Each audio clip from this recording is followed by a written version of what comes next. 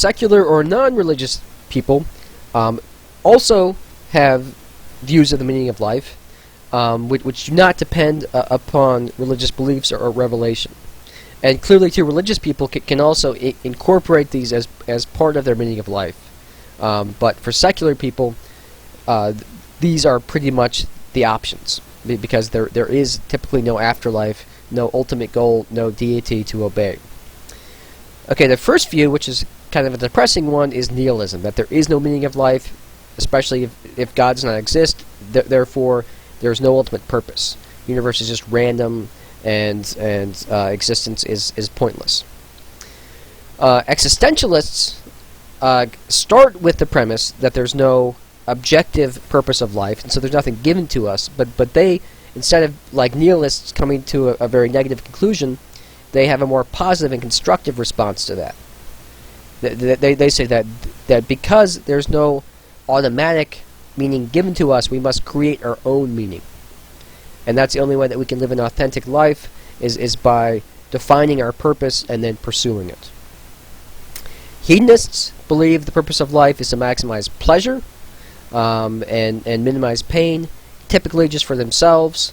But there are some hedonists, or utilitarians, to use a philosophical term, who think that we should maximize pleasure for everyone, and in effect to improve human life and to avoid negative experiences, promote positive experiences. And again, this can either be from a selfish perspective or from a more generous, altruistic perspective, trying to help everyone. Consumerism is a particular type of hedonism, which is, I would argue, very common in the U.S., but also spreading globally around the world. And this is a form of hedonism which identifies the purpose of life with consumption, with accumulating money and consumer goods, and getting more and more stuff. Eudaimonism,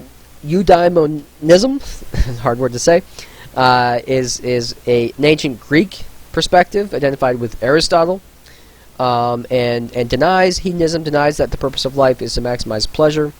Instead, the purpose of life is to achieve excellence, and to become the best person we can be, to fulfill our potential.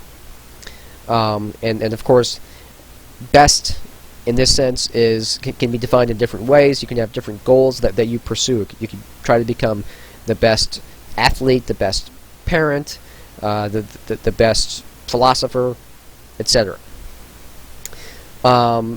Similarly, there are those who promote that the purpose of life is to be ethical, is to live according to moral principles, one of which is the idea of humanism, that we should promote the well-being of all human beings in the here and now, and again, in contrast to being concerned with the afterlife, because from this perspective, there is no afterlife.